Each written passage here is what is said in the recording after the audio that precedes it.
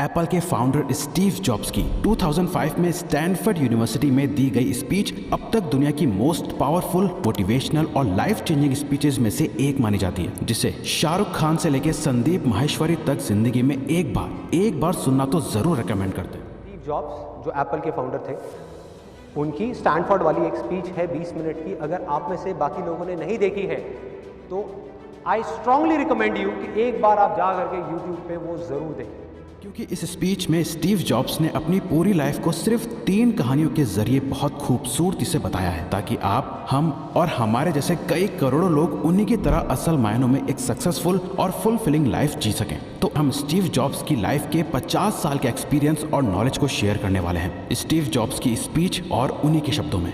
तो Steve jobs कहते हैं, मेरी पहली कहानी कनेक्टिंग द डॉट्स है, जो कि मेरे जन्म से ही शुरू होती है। फरवरी 24, 1955 को जोएन शीबल और उनके बॉयफ्रेंड अब्दुल फतेह जंदाली एक बेबी बॉय के पेरेंट्स बने, लेकिन स्टीव जॉब्स की मां जोएन के पिता ने उनके इस रिलेशनशिप को कभी एक्सेप्ट नहीं करा, जिस वजह से स्टीव जॉब्स के दोनों पेरेंट्स को एक दूसरे से अलग होना पड़ा और अपने न्यू बॉर्न बेबी यानी स्टीव जॉब्स को अडॉप्शन के लिए छोड़ दिया। जोएन खुद एक कॉलेज ग्रेजुएट थी। वो चाहती थी कि उनके बेटे को अडॉप्ट करने वाले यानी गोद लेने वाले पेरेंट्स भी पढ़े लिखे कॉलेज ग्रेजुएट ही हो, और इसीलिए स्टीव के पैदा होने से पहले ये डिसाइड हो गया था कि उन्हें एक लॉयर और उनकी वाइफ गोद लेंगे। लेकिन जैसे ही स्टीव जॉब्स का जन्म हुआ और वो इस दुनिया में आए, उन लोगों ने स्टीव को अडॉप्ट करने से मना कर दिया, क्योंकि वो दोनों एक बेटी को गोद लेने की उम्मीद कर रहे थे। लेकिन वही एक दूसरा कपल भी था जिसे वेटिंग लिस्ट में डाला गया था। तभी कैलिफोर्निया के इस कपल को कॉल आया और उनसे पूछा कि एक लड़का पैदा हुआ है, आप इसे अडॉप्ट करने में इंटरेस्टेड हैं? उन पेरेंट्स ने फौरन हाँ कर दी, लेकिन mother Joanne adoption paper sign करने में थोड़ा संकोच कर रही थी, क्योंकि अडॉप्ट करने वाली लेडी क्लारा जॉब्स कभी कॉलेज ग्रेजुएट नहीं हुई थी और उनके हस्बैंड पॉल जॉब्स ने हाई स्कूल भी पास नहीं करा था। लेकिन दोनों पेरेंट्स ने जोएन को बहुत कन्विंस करने की कोशिश करी और उनसे प्रॉमिस करा कि वो उनके बेटे को जरूर कॉलेज पढ़ने भेजेंगे, जिस पर जोएन मान गई।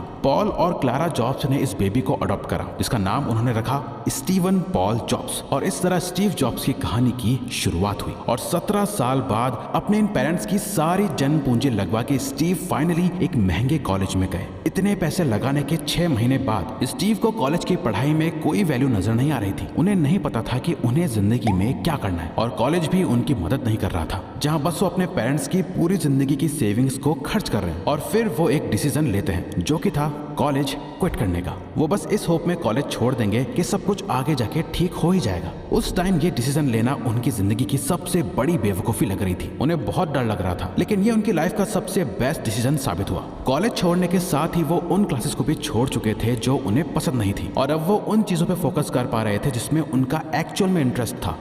By the lightness of being a beginner again. और अगले 5 साल उनकी लाइफ के सबसे क्रिएटिव पीरियड में से एक बने। इस टाइम उन्होंने नेक्स्ट नाम से अपनी अगली कंपनी शुरू करी और एक और कंपनी पिक्सार को भी शुरू करा, जिसने दुनिया की सबसे पहली animated feature film toy story बनाई। और आज पिक्सार दुनिया का सबसे सक्सेसफुल एनिमेशन स्टूडियो है।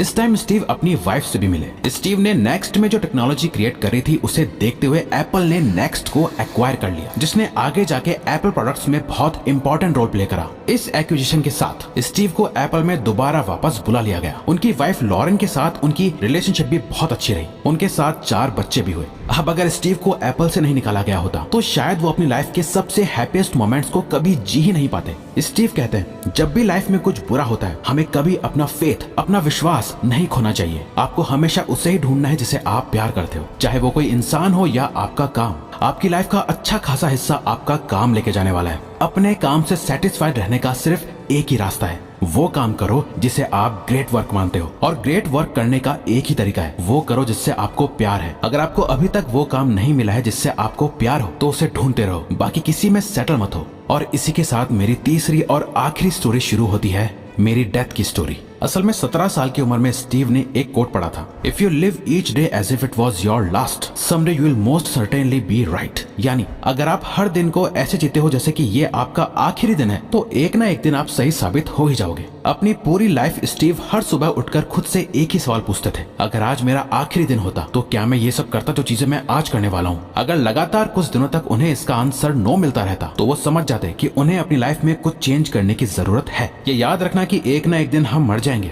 ये हमें अपनी लाइफ के बड़े से बड़े डिसीजंस लेने में बहुत मदद करता है, क्योंकि मौत के सामने सारी expectations, fear of failure, insecurities, ego, pride सब कुछ गायब हो जाता है। फिर आप क्लियरली देख पाते हो कि आपके लिए क्या इंपॉर्टेंट है। इस स्पीच को देने से पहले स्टीव को पता चला कि उन्हें कैंसर है। सुबह 7:30 बजे उनकी बॉडी का एक स्कैन हुआ, जिसमें उनके पैनक्रियास में साफ साफ एक ट्यूमर दिख रहा था। डॉक्टर्स ने उन्हें बताया कि इस कैंसर को ठीक नहीं करा जा सकता। उनके पास जीने के लिए सिर्फ 3 से 6 महीने हैं। डॉक्टर्स ने उन्हें एडवाइस करा कि घर जाओ, अपनी फैमिली के साथ टाइम स्पेंड करो, अपना अलविदा कहो और फाइनल मोमेंट के लिए तैयार रहो। लेकिन उसी शाम उन्होंने अपनी बायोप्सी करवाई, जहां डॉक्टर्स ने उनके मुंह से एंडोस्कोप पास कराया, जो उनके पेट से होते हुए उनके इंटेस्टाइन तक पहुंचा। पैनक्रियास में सुई डाल के कुछ ट्यूमर सेल्स को बाहर निकाला। वो बस बेहोश थे, लेकिन उनकी वाइफ जो कि उनके साथ थी, उन्होंने स्टीव को बाद में बताया कि जब उनके ट्यूमर सेल्स को एग्जामिन करा गया तो पता चला कि ये एक rare type of pancreatic cancer है, जिसे सर्जरी की मदद से ठीक करा जा सकता है। उन्होंने अपनी सर्जरी कराई और कैंसर खत्म कराया। ये वो इंसिडेंट था जब वो मौत के इतने करीब आए थे। तब उन्हें एक बात पता चली कि कोई भी मरना नहीं चाहता। जो लोग मरने के बाद स्वर्ग जाना चाहते हैं, वो भी स्वर्ग जाने के लिए मरने के लिए तैयार नहीं है। डेथ वो डेस्टिनेशन है जो हम सबके लिए सेम है, और कोई चाहे कुछ भी कर ले, कोई भी इसके लिए कभी रेडी नहीं हो सकता। आपका टाइम इस दुनिया में लिमिटेड है, एक ना एक दिन ये खत्म हो जाएगा। इसलिए इस टाइम को किसी और की जिंदगी जीने में बर्बाद मत करो। लोग क्या सोचते हैं ये सोचकर जीना छोड़ दो। हॉरर के शोर से अपने अंदर की आवाज को मत दबने